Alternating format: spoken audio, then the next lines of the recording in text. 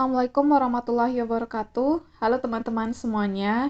Di video kali ini kita akan bahas lagi latihan soal TWK CPNS 2023. Dan video ini merupakan video yang ke-10.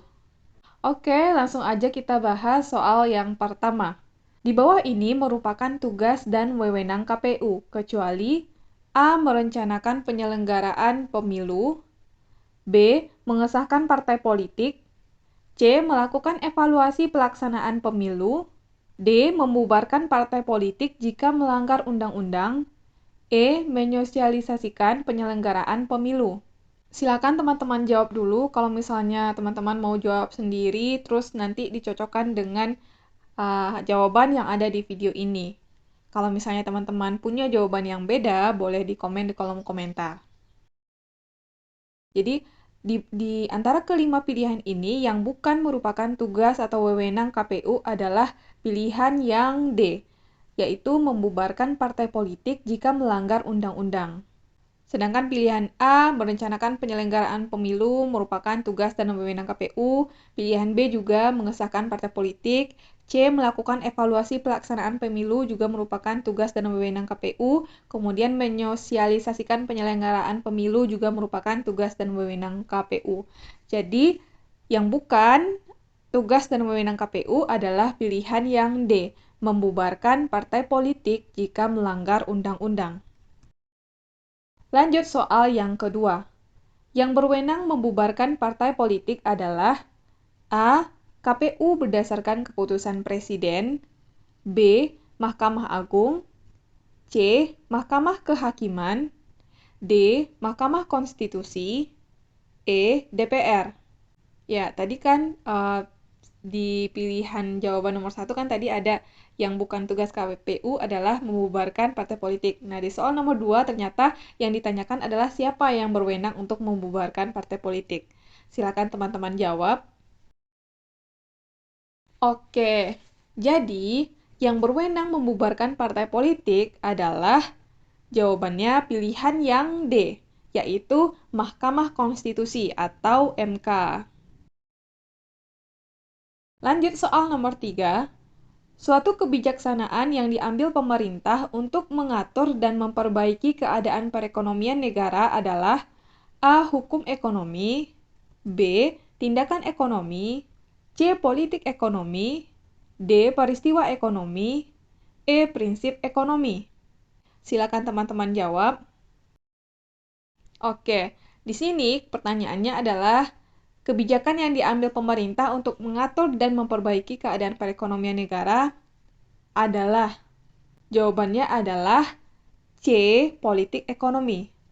Jadi, politik ekonomi itu merupakan kebijaksanaan yang diambil oleh pemerintah untuk mengatur dan memperbaiki keadaan perekonomian negara. Lanjut soal nomor 4. Perpaduan kebudayaan asli bangsa-bangsa di Nusantara dan Hindu-Buddha dari India pada candi-candi menunjukkan bahwa A. Kebudayaan Hindu-Buddha lebih tinggi dari kebudayaan Indonesia, B. Kebudayaan Indonesia lebih tinggi dari kebudayaan Hindu-Buddha, C. Kedua kebudayaan melahirkan suatu budaya baru yang harmonis, D. Kebudayaan Hindu-Buddha sejajar dengan kebudayaan Nusantara, E. Tidak menghasilkan budaya baru namun masih menunjukkan ciri khas budaya masing-masing. Silakan teman-teman jawab. Oke, soal nomor 4 menanyakan perpaduan kebudayaan asli bangsa-bangsa di Nusantara dan Hindu-Buddha dari India pada candi-candi menunjukkan bahwa A. Kebudayaan Hindu-Buddha lebih tinggi dari kebudayaan Indonesia. Ini bukan. B. Kebudayaan Indonesia lebih tinggi dari kebudayaan Hindu-Buddha. B juga bukan. C. Kedua kebudayaan melahirkan suatu budaya baru yang harmonis. C. Merupakan pilihan yang betul. D. Kebudayaan Hindu-Buddha sejajar dengan kebudayaan Nusantara. D. Bukan. E. Tidak menghasilkan budaya baru namun masih menunjukkan ciri khas budaya masing-masing. E juga bukan. Jadi untuk soal nomor 4, jawaban yang paling tepat adalah pilihan C. Kedua kebudayaan melahirkan suatu budaya baru yang harmonis. Lanjut soal nomor 5. Tujuan Sultan Agung menyerang Batavia tahun 1628 dan tahun 1629 adalah A. Untuk menguasai jalur perdagangan, B. Melaksanakan cita-cita persatuan tanah Jawa, C. Memusatkan jalur perdagangan di Batavia, D. Mengusir Portugis dari Batavia, E. Mengusir Belanda dari Batavia. Silakan teman-teman jawab. Oke, soal nomor 5 menanyakan apa tujuan dari Sultan Agung menyerang Batavia pada tahun 1628 dan 1629. Jawabannya adalah pilihan yang B, yaitu melaksanakan cita-cita persatuan tanah Jawa. Lanjut soal nomor 6. Peletak dasar kerajaan Demak adalah A. Raden Patah, B. Dipati Unus, C. Trenggana, D. Hadiwijaya, E. Sutawijaya. Silakan teman-teman jawab. Oke, kita bahas. Soal nomor 6 menanyakan siapa peletak dasar kerajaan Demak. Jawabannya yaitu pilihan yang A, Raden Patah. Jadi Raden Patah ini merupakan peletak dasar kerajaan Demak. Lanjut soal nomor 7. Diterapkannya Undang-Undang Agraria pada tahun 1870 pada dasarnya dimaksudkan untuk A. Melindungi hak milik tanah pertanian dari kaum penyewa tanah Eropa, B. Mempermudah akses bagi persewaan tanah bagi kepentingan investasi pengusaha swasta Eropa, C. Membatasi eksploitasi para pengusaha swasta terhadap rakyat pribumi, D. Membatasi gerak kaum partikelir untuk menjalankan usahanya. E. Membangkitkan kembali usaha perkebunan pemerintah yang mengalami kemunduran pada akhir sistem kultur stelsel. Silakan teman-teman jawab. Oke, soal nomor 7 menanyakan adalah apa tujuan dari penetapan Undang-Undang Agraria pada tahun 1870. Jadi, tujuannya adalah pilihan yang A, yaitu melindungi hak milik tanah pertanian dari kaum penyewa tanah Eropa. Lanjut soal nomor 8.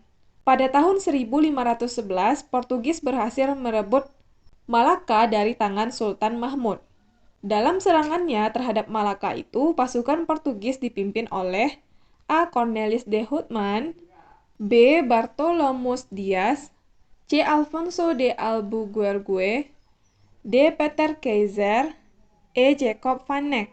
Silahkan teman-teman jawab. Oke, soal nomor 8 menanyakan adalah dalam serangan terhadap Malaka, pasukan Portugis dipimpin oleh siapa? Jawaban yang betul adalah pilihan yang C, yaitu Alfonso de Albuquerque. Lanjut soal nomor 9. Pengkhianatan orang Portugis terhadap Sultan Khairun membangkitkan perlawanan rakyat Maluku pada tahun 1575 di bawah pimpinan A. Sultan Ba'abullah, B. Sultan Hasanuddin, C. Sultan Aru Palaka, D. Sultan Tabaria, E. Patimura. Silakan teman-teman jawab. Oke, soal nomor 9 menanyakan pengkhianatan orang Portugis terhadap Sultan Khairun itu membangkitkan perlawanan rakyat Maluku pada tahun 1575 dan di bawah pimpinan siapa yang memimpin perlawanan tersebut? Jawabannya adalah pilihan yang A, Sultan Ba'abullah. Lanjut soal terakhir nomor 10. Sistem ekonomi kolonial di Indonesia disebut sistem liberal, yaitu tahun 1870 sampai 1900. Maksudnya ialah A. Pada waktu itu, modal swasta diberi peluang sepenuhnya untuk mengusahakan kegiatan di Indonesia. B. Ketentuan besarnya pajak tanah ditentukan oleh luas tanah yang dimiliki oleh masing-masing petani. C. Petani diberi kebebasan untuk menanam apa saja di tanahnya. D. Pemerintah mengambil semua perkebunan tanaman ekspor. E. Pengusaha-pengusaha modal swasta tidak diizinkan memiliki perkebunan ekspor. Silahkan teman-teman jawab. Oke. Jadi soal nomor 10 ini menanyakan apa yang dimaksud dengan sistem ekonomi kolonial di Indonesia. Atau disebut juga dengan sistem liberal. Apa maksud dari sistem liberal ini? Jawaban yang betul adalah pilihan yang A, yaitu pada waktu itu modal swasta diberi peluang sepenuhnya untuk mengusahakan kegiatan di Indonesia.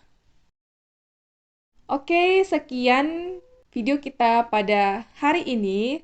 Semoga video ini bermanfaat untuk teman-teman semuanya.